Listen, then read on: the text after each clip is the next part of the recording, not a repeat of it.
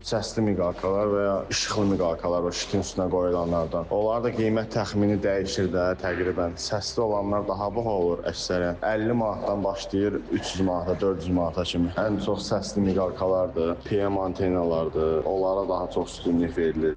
Son zamanlar sosial şəbəkələrdə qadağan olunan sayrışan işıq və xüsusi səs siqnalı kimi avto aksesuarların satışı geniş yayılıb. Hətta sayrışan işıq görünüşlü salfet qutularına belə tələbat böyükdür. Bu kimi aksesuarlara niyə bu qədər maraq var? Bu sadəcə estetik görüntünü, yoxsa bir növ status simvolunu xarakterizə edir?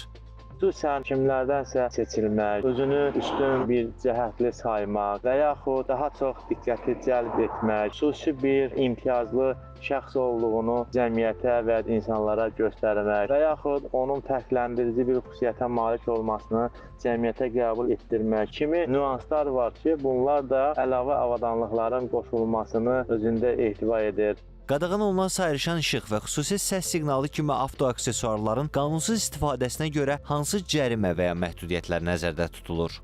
Yol hərəkəti haqqında Azərbaycan Respublikası qanununun 74-cü maddəsinə əsasən Azərbaycan Respublikasının müvafiq icra hakimiyyəti orqanının icazəsi olmadan nəqliyyat vasitəsinin xüsusi çoxavazlı səs və sayrışan işıq siqnalları ilə təchiz olunması qadağandır. Və belə hal aşkarlandığı təqdirdə həmin sürücü barəsində İnzibati Xətalar Məcəlləsinin 342.9-cu maddəsinə əsasən 500 manatdan 800 manat məbləğədək cərimə nəzərdə tutulub. Eyni zamanda bu pozuntuları yerində aradan qaldırmaq mümkün olmadıqda İnzibati Xətalar Məcəlləsinin 96-cı maddəsinə əsasən sürücü avtomobilin idarə olunmasından kənarlaşdırılır və belə olan halda avtomobil duracağa yerləşdirilir.